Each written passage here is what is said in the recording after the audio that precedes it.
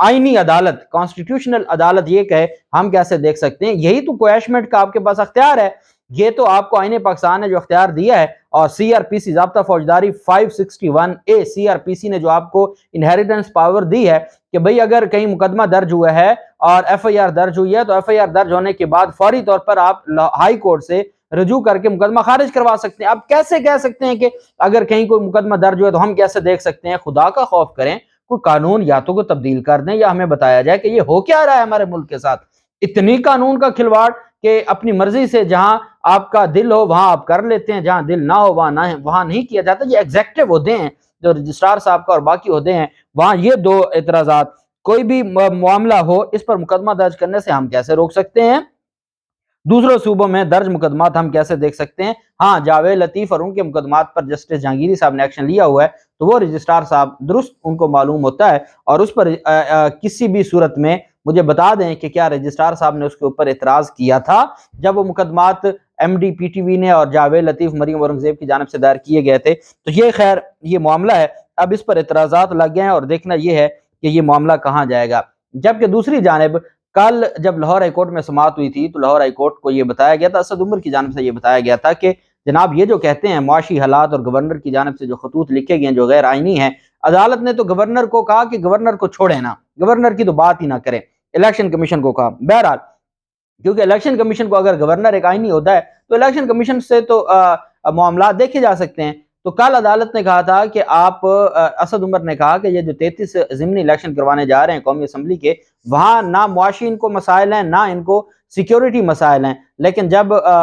اسمبلیوں کے الیکشن کی بات آتی ہے وہاں معاشی مسائل اور وہاں یہ ساری چیزیں آ جاتی ہیں۔ ابھی کل کی سماعت میں عدالت میں یہ بات ہوئی اور مزید انہوں نے 31 ضمنی الیکشن، وہ 33 الگ اور 31 مزید ضمنی الیکشن اناؤنس کر دیا اور شیڈول جاری کر دیا ہے، جس میں زیادہ تر خیبر پختونخوا میں، خیبر پختونخوا میں یا پنجاب میں ضمنی الیکشن ہو سکتے ہیں۔ وہ الیکشن کیوں نہیں ہو سکتے؟ کیا کوئی قانون کوئی الگ الگ ہے یا کوئی ان سے پوچھنے والا نہیں ہے؟ بہرحال ایک تو یہ معاملہ، دوسری جانب جو جواب دیا ہے، اور یہ جواب دیا گیا ہے اسپیکر پنجاب اسمبلی کی جانب سے۔ کل شاید میں نے کسی ویڈیو میں یہ بات کی ہے سابق اسپیکر کی، وہ شاید غلطی سے آ گیا ہوگا۔ اسپیکر جب تک نئی اسمبلی نہیں آتی، جب تک نیا اسپیکر اور جو پورا پروسیجر ہے وہ اڈاپٹ نہیں ہو جاتا تو اسپیکر قائم رہتا ہے آئین پاکستان کے تحت۔ بہرحال اسپیکر پنجاب اسمبلی سبطان خان نے، گورنر نے جو خط لکھا تھا الیکشن کمیشن کو بھی اور اسپیکر کو بھی، اس کا جواب دیا ہے، اور انہوں نے کہا ہے کہ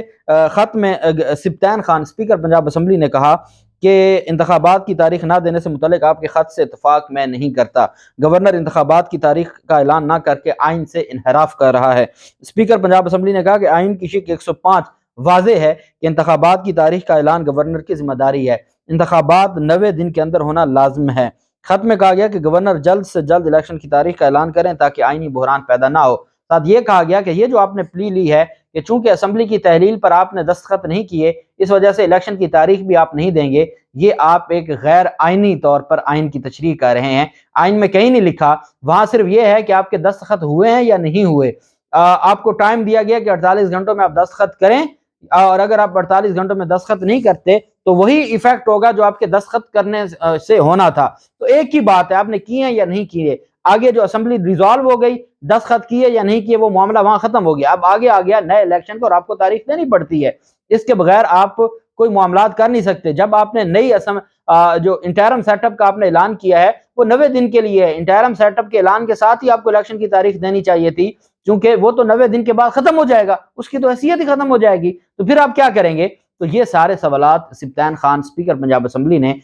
گورنر کو لکھے خط میں۔ اب یہ جو خطوں کی کتابت ہے نا، یہ لاہور ہائی کورٹ میں فائل کا حصہ بنتی جا رہی ہے۔ گورنر غلطی پہ غلطی کرتے جا رہے ہیں اور اپنے لیے آرٹیکل 6 کے راستے کھولتے جا رہے ہیں، کیونکہ بار بار کل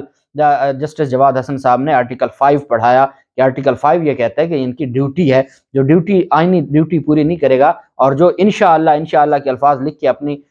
جو ڈیوٹیز ہیں ان سے کنارہ کشی کرے گا، اس کو معافی نہیں ملے گی۔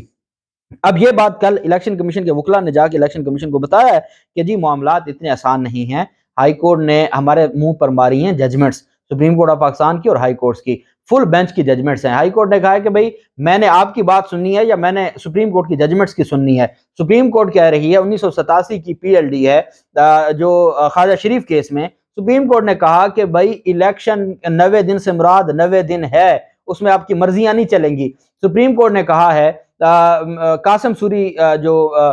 رولنگ تھی اس کو کالعدم قرار دیتے ہوئے اپنی ججمنٹ میں کہا ہے کہ آرٹیکل 254 میں یہ جو لکھا ہے کہ آئین میں جو چیز ایک خاص ٹائم میں لکھنے کے لیے کہا ہے اس سے تھوڑا بہت آگے ہو سکتا ہے، تو اس میں عدالت نے کہا کہ یہ سرکمسٹانسز ہیں، یہ کچھ خاص سرکمسٹانسز ہیں، ایسا کچھ نہیں ہے اس وقت، تو آپ کیسے یہ سارے معاملات کر سکتے ہیں اور کیسے آپ جو 254 کا سہارا لے سکتے ہیں۔ اس پر الیکشن کمیشن کی جانب سے خیبر پختونخوا اور پنجاب میں اسمبلی کے عام انتخابات اور قومی اسمبلی کی 86 نشستوں کے حوالے سے جو ضمنی انتخابات کی تاریخیں ہیں اور باقی جو معاملات ہیں اس پر مشاورت کے لیے 7 فروری کو اجلاس طلب کر لیا گیا۔ 9 فروری کو لاہور ہائی کورٹ میں سماعت ہے۔ 9 فروری سے پہلے انہوں نے اپنا جواب جمع کروانا ہے۔ عدالت نے کہا تھا 9 فروری سے 2 دن پہلے آپ اپنا جواب جمع کروا دیں گے اور وہ فریقین کو تقسیم ہو جائے گا تاکہ 9 فروری کو میں فیصلہ کروں۔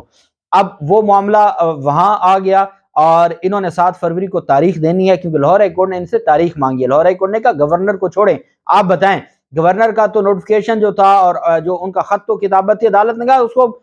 ردی کی ٹوکری میں پھینک دیں، ان کو چھوڑیں، آپ بتائیں، الیکشن کمیشن بتائے کہ کیا کرنا ہے، کب کی آپ تاریخ دیں گے۔ الیکشن کمیشن اپنی تاریخ پہلے ہی وہ اپنی کانسرٹ دے چکا ہے کہ 9 سے 14 اور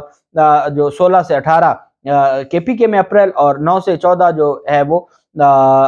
پنجاب میں، وہ اپنی کانسرٹ تو دے، اب اس میں سے ایک تاریخ الیکشن کمیشن نے بتانی ہے۔ اس سلسلے میں جب وکلا نے جا کے بتایا تو چیف الیکشن کمشنر نے پنجاب اور خیبر پختونخوا میں الیکشن کی تاریخ سے متعلق ہنگامی اجلاس بلا لیا ہے 7 فروری کو۔ 7 فروری کو فیصلہ کیا جائے گا اور اسی دن جواب پھر تیار کر کے لاہور ہائی کورٹ میں جمع کروایا جائے گا۔ لاہور ہائی کورٹ ان کو معافی نہیں دے گی اور عدالتیں کیسے معافی دے سکتی ہیں؟ دیکھیں عدالتیں اپنے فیصلوں سے، یا تو عدالت نے کہا کہ 90 دن میں الیکشن نہیں کروانا، جسٹس جواد حسن صاحب کے الفاظ تھے کہ 90 دن میں الیکشن نہیں کروانا تو آئین کو ختم کر دیں، اور یہ حقیقت ہے کہ اتنی اندھیر نگری جب ہوگی تو پھر کل کوئی کم از کم آئین کی بات نہیں کرے گا کہ آئین اور قانون میں رہتے ہوئے آپ یہ کریں اور وہ کریں، پھر چیزیں کہیں اور چلی جائیں گی۔ اللہ پاک ہمارے ملک پر رحم کرے، اللہ پاک پاکستان کا حامی و ناصر ہو۔ بہت شکریہ، اللہ حافظ، پاکستان زندہ باد۔